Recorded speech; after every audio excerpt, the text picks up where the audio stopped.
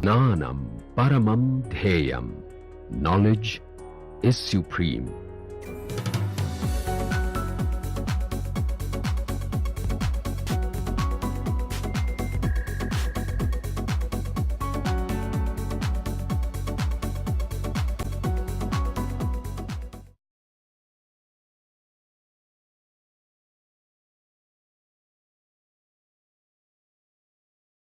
Now, the packed bed reactor also is being operated under different kind of configurations. There are several configurations that have been used in the industry, and some of these are multi-bed reactor. So, multi-bed configuration. In a multi-bed configuration, there are multiple beds which are present. There are multiple tubular reactors. Where the fluid stream goes into one reactor, and then there may be some unit operation that may be present in between, let us say to separate something, or it may be to heat the fluid or any other unit operation, and whichever is required, and from there the input goes into the second reactor, and then from the second reactor the fluid stream leaves, and then there may be some other unit operation if it is required, otherwise it goes directly into the third stream, so on and so forth. So, it is a multi-bed reactor where the fluid stream constantly goes from reactor 1 to reactor 2, reactor 3, etc. And while going through this, the conversion increases, and hopefully at the end of the multi-bed the desired conversion is achieved. And this is done for various reasons. For example, the nature of the catalyst might be different if the temperature conditions at which the reaction is conducted is different. So, therefore, one may actually pack different catalyst in each of these multiple bed, and so that way a desired conversion can be achieved, and as well the catalyst deactivation can be prevented. So, another very well known configuration is called the reverse flow reactor configuration. So, reverse flow reactor configuration. So, in the reverse flow reactor configuration, what is done is, suppose if this is a tubular packed bed reactor. Now, the fluid is flown, let us say this is at z equal to 0. So, this is the entry point at certain time, and this is z equal to L. So, at a certain time t, the fluid enters the reactor at z equal to 0, and then it leaves the reactor at z equal to L. At a later time t1, let us say if this is t0, at a later time t1 which is greater than t0, the fluid is now entering into the reactor from z equal to L, and it flows in the reverse direction and then leaves the reactor at z equal to 0. So, this is at time t equal to t1. So, this kind of a switching of the direction of flow is done at a certain frequency, and this is very useful if the catalyst deactivation has to be prevented. For example, when an exothermic reaction is conducted inside the packed bed reactor, there is a constant increase in the temperature because of the inside the reactor, because of the heat that is being liberated by the reaction while it is happening, and due to which the temperature at the other end of the reactor, that is the downstream of the reactor, the temperature is likely to increase significantly. Now, in order to, and that may actually deactivate the catalyst, or it may pose some severe safety problems. In order to prevent that, at a certain preset frequencies, if the fluid stream is now, the direction of the fluid stream is reverted, then the temperature front, which is actually generated because of the exothermicity of the reaction, is now preserved inside the reactor itself, and which may also be used to preheat, and as a byproduct, most part of the reactor will not be exposed to a certain very high temperatures, and this can actually prevent the deactivation of the catalyst, and this provides a very useful mechanism to protect the catalyst, which is very expensive. So, this is a very well known configuration. And the other configuration, which is also fairly used, particularly if the reactant feed stream is of lean concentration, if the concentration of the reactant is very small in the feed, then counter current flow reactor is being used.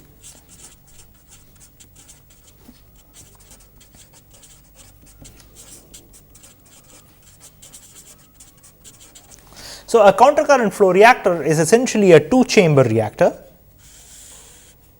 So, it will be two concentric cylinders.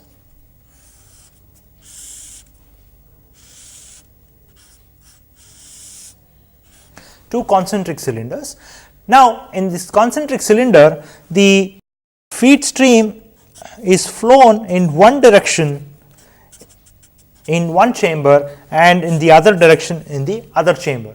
So, the fluid stream is now flown in a counter current fashion, where the fluid stream in the inside tube leaves first, enters the reactor at z equal to 0 and leaves the reactor at z equal to L, while the fluid stream in the outside concentric cylinder, external cylinder, enters at z equal to n and leaves at z equal to 0. So, this has a unique advantage that if the concentration is very lean, then it can be, this kind of a configuration can actually be used to preheat the fluid, which increases the reaction rate. Remember that the reaction rate is increases if it is an exothermic reaction, then the reaction rate actually increases as a function of temperature, and therefore, if we have a counter current flow, then the feed stream which is present near the inlet of the reactor in the inside tube can actually obtain heat from the fluid stream which leaves the reactor from the outside chamber.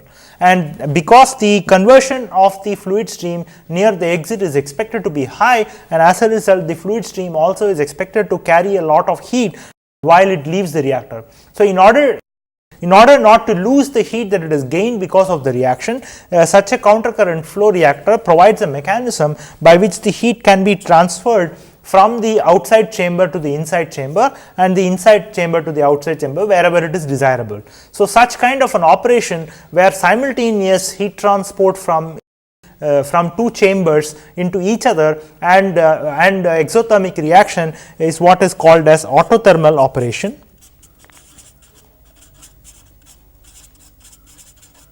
Is called the autothermal operation of a packed bed reactor. So, such kind of a reactor is very useful if the reactant concentration is very lean and yet the desired conversion is required. Yet another configuration which is also being used in industry is called the radial flow reactor.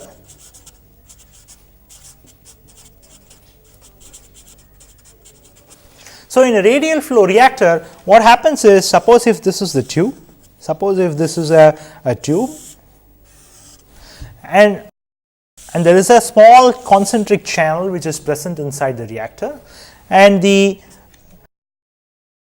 space between the concentric channel inside and the exterior of this tube is actually filled with catalyst. Now, the fluid stream, which is fluid stream containing the reactant, is made to flow through the inside chamber from both sides. The fluid stream flows simultaneously from both sides.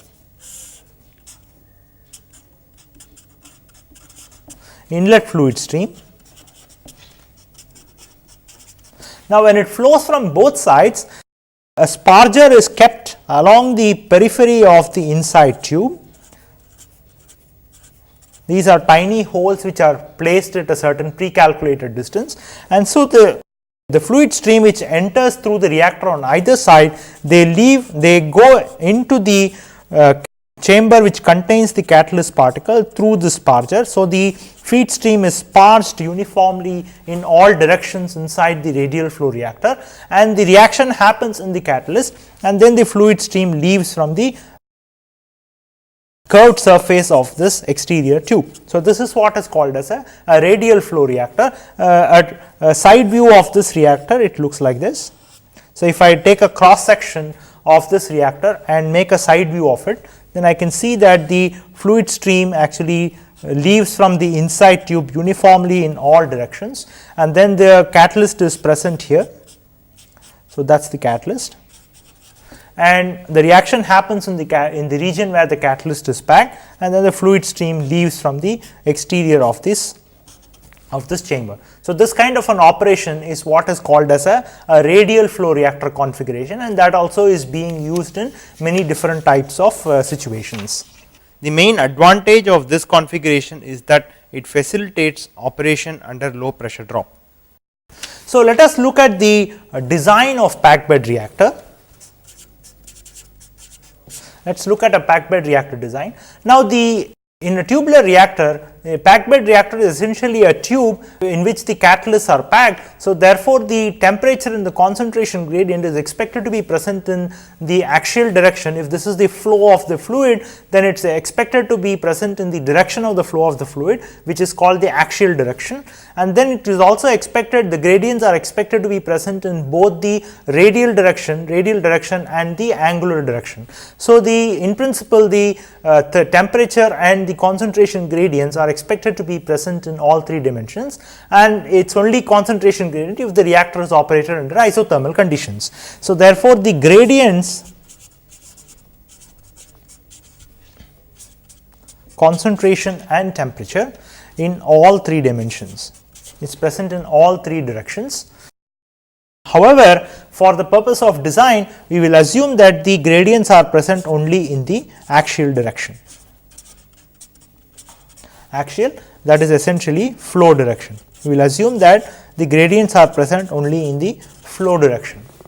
So, now for this situation, we have already written the mole balance in one of the lectures before. So, if the reaction is a first order reaction,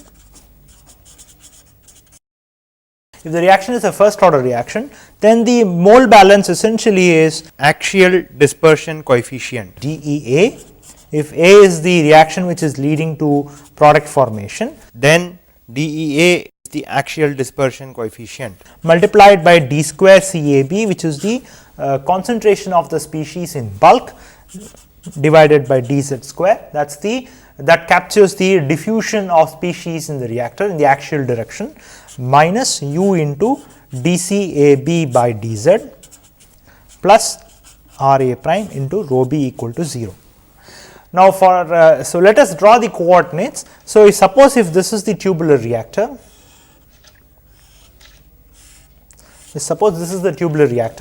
then this is the z direction and this is the radial direction, and then the angular direction is, let's call it theta. So, theta is the angular direction. So, there are no gradients, we assume that there are no gradients in the theta and the r direction, and the gradients are present only in the z direction. So, this corresponds, the first term here corresponds to the diffusion in the z direction, and the flow is happening from z equal to 0 to z equal to L. So, the gradients are the first term here corresponds to the diffusion in the direction of flow, and the second term corresponds to the bulk convection in the direction of the flow, and third term corresponds to the rate at which the species A is being consumed to form the necessary product. So, suppose if we know the overall effectiveness factor, then we can write the reaction rate as minus Ra prime equal to the overall effectiveness factor multiplied by the corresponding specific reaction constant into the surface area per unit weight of the catalyst multiplied by the bulk concentration CAB. Now, for a first order reaction, the overall effectiveness factor is given by the local effectiveness factor eta divided by 1 plus eta into the first order reaction constant k double prime multiplied by the surface area of the catalyst per gram of catalyst multiplied by the bulk density of the catalyst divided by the mass transport coefficient into area per unit volume of the catalyst. So, that gives the reaction rate in terms of the measurable quantities such as the bulk concentration of the species which is reacting to form the necessary products. And so, now we can suppose if we assume that the flow through the bed is significant, if the flow is large, then we can assume that the diffusion, as done before, we can assume that the diffusion of species in the bed is significantly smaller compared to the bulk flow of the fluid. So, under this condition, we can rewrite the mole balance as dCA by dCA bulk by dz, that is equal to minus omega into rho b, which is the bulk density of the catalyst, into k double prime into SA into CAB divided by U. Now, sometimes the design parameter that one needs to estimate may be the weight of the catalyst, or in sometimes it may be the size of the reactor given a certain conversion. So therefore, we can actually convert this equation in terms of the weight of the catalyst. So the weight of the catalyst that is packed till a certain location in the axial direction is given by the bulk density of the catalyst multiplied by the cross sectional area of the reactor multiplied by the corresponding position. So if this is the tubular reactor, and let us say we are looking at this particular ZZ, and if the cross sectional area is AC, cross sectional area of the reactor is AC, then we want to know what is the total amount of weight of catalyst that is packed from Z equal to 0 to up to some particular point Z. So that is given by rho B, which is the bulk density of the catalyst multiplied by the cross sectional area into Z, which gives the volume of the reactor till that location, and therefore we can rewrite the model equation as dCAB by dW, that is equal to minus overall effectiveness factor into rho B into K double prime SA CAB divided by U into rho B into AC. So that is because of the dependence of this weight of the catalyst on the density and the cross sectional area, and that is why we get these two terms here. So we can cancel out these two, and U into AC, if U is the superficial velocity with which the fluid is entering the reactor, U into AC, which is the cross sectional area, will give you the volumetric flow rate with which the fluid stream is entering the reactor. So therefore this can be written as minus overall effectiveness factor into SA divided by the volumetric flow rate CAB. So the volumetric flow rate at the inlet could be V naught, and the volumetric flow rate at that particular location, if there is volume expansion, then the volumetric flow rate at that particular location could be different. So if you assume that there is no volumetric expansion, then we can assume that V is equal to V naught, and if and also if we assume that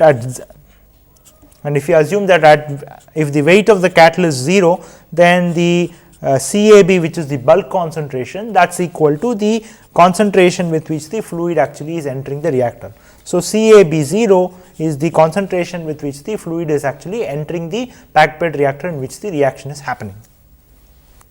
This equation can now be integrated to find that the conversion X is given by 1 minus CAB by CAB naught, and that is equal to 1 minus exponential of minus omega, which is the overall effectiveness factor, multiplied by K double prime multiplied by the surface area of the catalyst available for the reaction per unit gram of catalyst multiplied by W divided by the volumetric flow rate V naught with which the fluid is actually entering the reactor. Or we can rewrite this as W equal to V naught divided by omega K double prime SA into ln of 1 by 1 minus X. So this provides a relationship between the weight of the catalyst that is required for a specified conversion. If we specify the conversion, then we can find out how much weight of catalyst is required. So if we know the weight of the catalyst, then we should be able to find out what should be the length of the reactor which is required for a given cross section, and that can be found simply by using this relationship. The length of the reactor is given by weight of the catalyst divided by the cross sectional area into density. So this method provides a mechanism, this design provides a mechanism by which for a specified conversion, if the assumption that the bulk flow is significantly larger than that of the diffusion, then we can actually find out what is the weight of the catalyst which is required for a given conversion and what is the length of the reactor for a specified conversion. So suppose if we look at a second order reaction, suppose if we consider a second order reaction,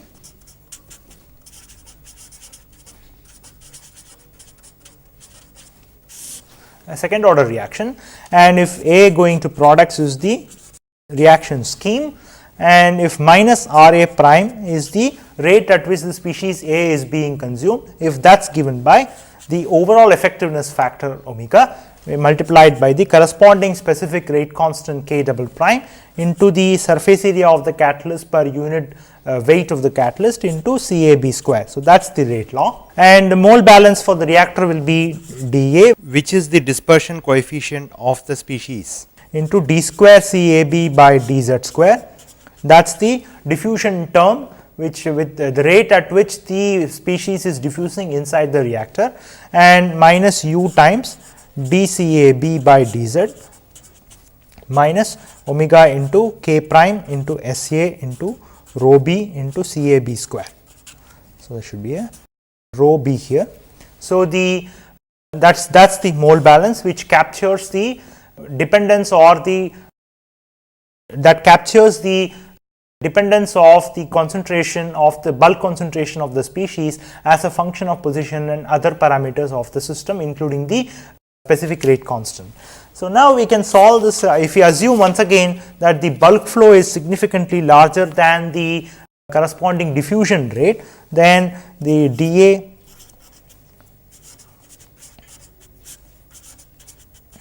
square is significantly smaller to the corresponding bulk flow.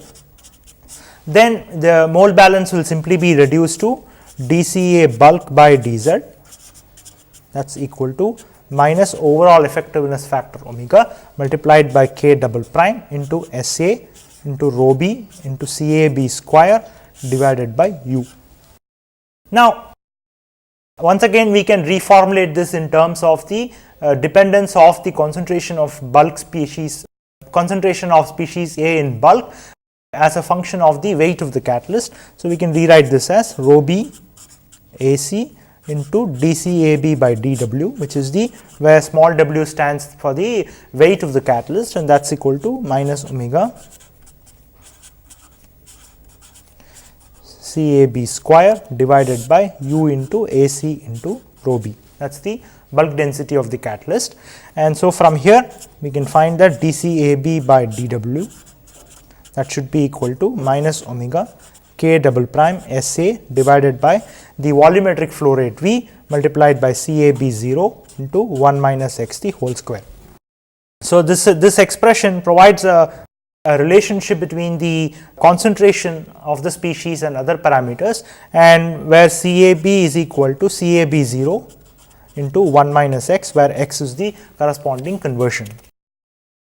So, now we can also incorporate the relationship between the concentration and conversion on the left hand side of the expression, and we can integrate the equation as by assuming that the volumetric flow rate at any location is equal to the inlet volumetric flow rate, by assuming that the volume changes are negligible, and also by assuming that at z equal to 0 the weight of the catalyst is 0, that is there are no catalyst before the reactor starts and the reaction is actually happening inside the reactor.